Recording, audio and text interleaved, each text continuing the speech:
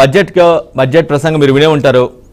నిజంగానే రేవంత్ రెడ్డి గారు వ్యక్తం చేసినట్టుగానే తెలంగాణ పేరు కాదు, తెలంగాణ కేటాయింపులు కాదు, కనీసం తెలంగాణ పేరు కూడా అక్కడ మెన్షన్ చేయలేదు. ఎందుకు అటువంటి పరిస్థితి వచ్చింది? తెలంగాణ నుంచి మీకు 8 మంది ఎంపీలు ఉన్నారు, 2 కేంద్ర మంత్రులు కూడా ప్రాతినిధ్యం వహిస్తున్నారు. ఎందుకు ఆ విధంగా కేంద్రం చేసిందంటే ఏం సమాధానం చెప్తారు తెలంగాణ రాష్ట్ర ప్రజలకు మీరు? ఈ డిబేట్ లో పాల్గొంటున్న బీఆర్కే యాజమాన్యానికి ముందుగా మీకు తోటి సోదరులందరికీ నా యొక్క నమస్కారం. మేమేమంటున్నామంటే ఈ రోజుతోనే ఈ 5 సంవత్సరాల ప్రభుత్వం అయిపోలేదు.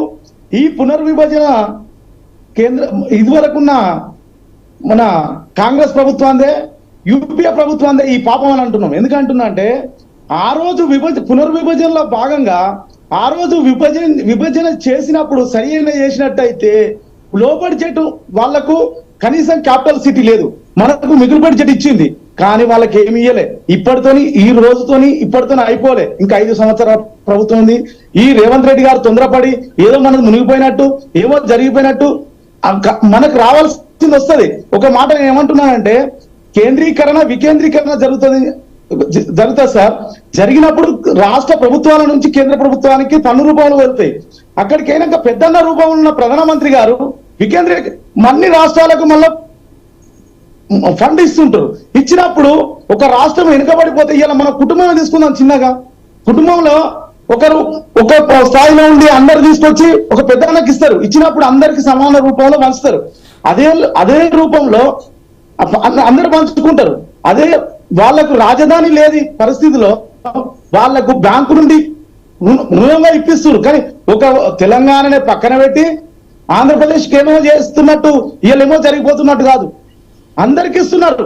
29 ఇప్పుడు భారతదేశంలో 29 రాష్ట్రాలు ఉన్నాయి, అందరికి ఇస్తున్నారు. అందులో భాగంగా మన తెలంగాణ కూడా ఇస్తారు. కానీ ఈ రోజుతో ఇప్పటికిప్పుడు ఏమో జరిగిపోదు, మనకి ఇస్తారు. నవీన్ గారు చెప్పండి. ఒక రాష్ట్రం ప్రభుత్వానికి ఒక ఆర్థిక సంవత్సరం అనేది చాలా ముఖ్యం. ఖచ్చితంగా ఆ సంవత్సరంలో ఎంతో అంటే వాళ్ళకు ప్రణాళికలు ఉంటాయి, అభివృద్ధి పరంగా కానీ ఇంకేదంటే డెవలప్మెంట్ ఇంకో కొన్ని అంశాల పట్ల ఖచ్చితంగా ఒక ప్రణాళికలు ఉంటాయి. ఆ ప్రణాళికలు నెరవేరాలంటే ఖచ్చితంగా కేంద్ర సహకారం ఒక అవసరం ఉంది. ఈ సంవత్సరం మొత్తానికి అసలు ఏమి కేటాయించకుండా అప్పుడే అయిపోలేదు అని అంటే దాని అర్థం ఏంటి? తెలంగాణ ప్రజలు ఏమనుకుంటారు? నవీన్ గారు, ప్రధానమంత్రి గారు అయిపోయిందని అనలేదండి. 29 రాష్ట్రాలు ఉన్నాయి, అందరికి సమభాగాలుగా పంచుతారు. కానీ ఏంటిదంటే రేవంత్ రెడ్డి గారు ఏం చేస్తున్నారంటే కేంద్రం మీద నింద వేసి ఈయన లేనిపోని మొత్తం అన్ని పెట్టిండు, స్కీములు అన్ని పెట్టి కేంద్రం ఇస్తేనే మేము ఈ స్కీములు అమలు చేస్తామన్నాడు. కేంద్రం ఇస్తేనే స్కీములు పెట్టలేదు కానీ ఏ ఉద్దేశంతో ఇలా మిగులు బడ్జెట్ ఉన్న రాష్ట్రాన్ని లో బడ్జెట్ లకు వచ్చిందని రేవంత్ రెడ్డి గారికి తెలుసు, తెలంగాణలో ఉన్న 3 కోట్ల ప్రజలకు అందరికీ తెలుసు. కానీ ఏ దాంతో మన లేనిపోని అబద్ధాల స్కీములు పెట్టి ప్రభుత్వంలోకి వచ్చిండు. నవీన్ గారు సబ్జెక్ట్ డివేట్ అవుతుంది. నేను స్ట్రైట్ గా మిమ్మల్ని క్వశ్చన్ అడిగాను. నవీన్ గారు ప్లీజ్, నేను స్ట్రైట్ గా క్వశ్చన్ అడిగాను. ఆమె నిర్మలా సీతారామన్ గారు ఆల్మోస్ట్ 1.5 2 గంటలు మాట్లాడారు.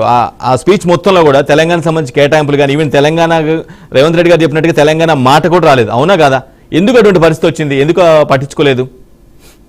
నేనేమంటున్నా సార్, కేంద్రంలో 29 రాష్ట్రాలు ఉన్నాయి. 29 రాష్ట్రాలు 28 రాష్ట్రాలను గుర్తు చేసి ఒక తెలంగాణను గుర్తు చేయలేదా? ఇప్పుడు మనం ఎంతసేపు ఏమంటున్నామంటే ఆంధ్రప్రదేశ్ పక్కకున్న మనం ఏమన్నాము, భాష ఒకటే, ప్రాంతం వేరైనప్పటికీ మనం సోదరభావంతో ఉండాలి, డెవలప్మెంట్ చేసుకోవాలను.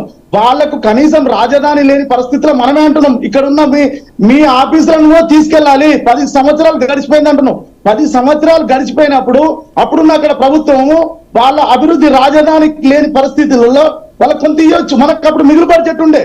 కానీ ఇప్పటి వరకు కాళేశ్వరం అంటున్నారు. ఇంతకుముందు రేవంత్ రెడ్డి గారు కాళేశ్వరం కూడా మనకు ఇవ్వలేదు.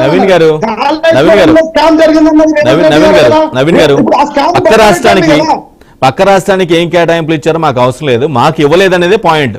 దానికి సమాధానం చెప్పాలి మీరు. పక్క రాష్ట్రం ఇప్పుడు 5 సంవత్సరాలు ఇప్పటికిప్పుడే గడిచిపోతలే కదా సార్. మొత్తం ప్రధానమంత్రి కూడా ఇయర్ వేస్ట్ అవుతుంది కదా, ఈ ఎకనామిక్ ఇయర్ వేస్ట్ అవుతుంది కదా. 2024 వార్షిక సంవత్సరం వేస్ట్ అవుతుంది కదా. అంటే సహకారం లేకపోతే కొంత వెనకబడే అవకాశం ఉంటుంది కదా. ఇన్ని రోజుల రాష్ట్ర ప్రభుత్వం కేసీఆర్ గారు ప్రభుత్వం కూడా బీజేపీ ప్రభుత్వం కాదు. అప్పుడున్న మరుగుదొడ్లలో కానీ శ్మశాన వాటికలు కానీ ప్రతి దానిలో కేంద్రం ఉంది. ఇప్పుడున్న నేషనల్ హైవేలు కానీ ప్రతి దానిలో ఉంది. ఇప్పటికి కూడా ఇస్తారు సార్. వాళ్ళకి రాజధాని లేదు కాబట్టి ప్రస్తావించే వరకు టీవీ మాధ్యమాల ద్వారా కనబడే వరకు దాని మీద దుమ్మెత్తిపోయడం కేంద్ర ప్రభుత్వం మీద అవసరం లేదంటున్న కేంద్ర ప్రభుత్వం లేని రాష్ట్ర ప్రభుత్వం నడుస్తుంది సార్ మీకు తెలిసి. అది ఇంకో వాదన ఏంటంటే ఎన్డీఏలో కీలక పార్ట్నర్ గా ఉన్నారు కాబట్టి బీహార్ ఏపీకి మాత్రం పెద్ద ఎత్తున అంటే మెజారిటీ షేర్ కానీ లేదంటేనో ఆ కేటాయింపుల్లో కొంత సింహభాగం వాళ్ళకి ఇచ్చారు తప్పించి అందుకే వేరే రాష్ట్రాలు పట్టించుకోలేదు తెలంగాణ అసలు పట్టించుకోలేదనే వాదన కూడా ఉంది. సార్ మంచి మంచి ప్రశ్న అడిగారు. బీహార్ రాష్ట్రం నుంచి సార్ ఇప్పుడు మనం నాట్లేస్తున్నాం, అక్కడి నుంచి వచ్చే కూలీలు కూడా మగవాళ్ళు కూడా వచ్చి ఇక్కడ మన దగ్గర నాట్లేస్తున్నారు సార్, వరి నాట్లేస్తున్నారు. అంటే అది వెనకబడిందా మనకంటే ముందు పడిందా? ఇప్పుడు మన వాళ్ళు వలస వెళ్ళి నాట్లేసి చిన్న చిన్న ఏ పరిశ్రమలో తీసుకోండి మీరు బీహార్ కార్మికులు ఉంటారు, మరి బీహార్ అభివృద్ధిలో ఉందా మనకంటే ముందు ఉన్నట్ట? నేను అడుగుతున్నాను సార్. ఇప్పుడు మనము ఎంతో కొంత మెరుగ్గా ఉన్నాం. ఇప్పుడు సార్ మనం మెరుగ్గా ఉన్నప్పుడు కూడా మనకంటే వెనక వాళ్ళు ఇప్పుడు సార్ మనం ఒక ఎగ్జామ్ కు ప్రిపేర్ అవుతాం, ర్యాంకర్ ను చూసి మనం ప్రిపేర్ కావాలి. కానీ థర్డ్ క్లాసు ఆయన అసలు పాస్ అంటే 35 మార్కులు వచ్చిన పాస్ అయ్యే వాళ్ళని చూసి కూడా మనం వాళ్ళని కంపేర్ చేసుకుంటాం. మీరు చెప్పండి, వాళ్ళు నాట్లేయడానికి కానీ గ్రానైట్లో కానీ ప్రతి పారిశ్రామిక వ్యవస్థల్లో కానీ బీహార్ కార్మికులే ఉంటున్నారు. బీహార్ మనకంటే వెనుకబడి ఉందా ముందు పడి ఉందా? ఇది కేసీఆర్ ప్రభుత్వం వచ్చినాక తాగుబోతుల రాష్ట్రం చేసి కొంత వెనుకబడ్డాం మనం.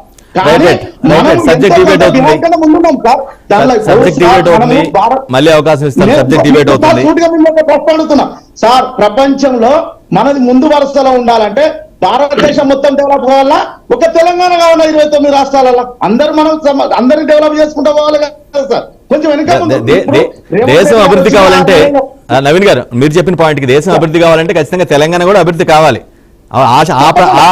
ఆ పాయింట్ ఆఫ్ వ్యూలోనే ఖచ్చితంగా కేటాయించాల్సిన అవసరం ఉంది కదా. ప్రధానమంత్రి గారు ఎక్కడన్నా అన్నారా అండి మేము తెలంగాణకు నిధులు ఇవ్వమని అన్నారా? ఇక్కడ ఇవ్వలేదు. ఆయన ఆ మాట అనలేదు. కానీ కేటాయింపులు అయితే లేదు కదా, ప్రస్తావన అయితే లేదు కదా. ఆయన అయితే డైరెక్ట్ గా అనలేదు, నేరుగా అనలేదు. దాని అర్థం ఏంటి? ప్రస్తావించకపోవటం, దాని కేటాయింపులు ఇవ్వకపోవడం దాని అర్థం ఏంటి సార్? 28 రాష్ట్రాలను ప్రస్తావించి ఒక తెలంగాణ ప్రస్తావించకుండా ఉన్నారా? ఒక ఆంధ్రప్రదేశ్ వచ్చే వారికే మనం ఏమంటారు అంటే భర్త కొట్టినది కాదు తోటికోడలు నవ్విందన్నందుకు ఆంధ్రప్రదేశ్ కు రాజధాని అసలే లేదన్నప్పుడు రాజధాని గురించి నిధులిస్తున్నామని అచ్చులు రేవంత్ రెడ్డి గారు అదే విధంగా ఉంది. ఎందుకంటే తోటికోడలు నవ్వింది అన్నట్టు పక్క రాష్ట్రంకి వచ్చి మనం మొత్తం ఎందుకంటే కేంద్ర ప్రభుత్వం నిందలు పడేయాలి. మరి ఈ పునర్విభజన ఏ ప్రభుత్వం ఉన్నప్పుడు 3 రాష్ట్రాలు విభజించినప్పుడు ఈ పునర్విభజన ప్రస్తావన లేదు. ఎక్కడ కూడా పునర్విభజన జరిగినప్పుడు లొల్లి లేదు.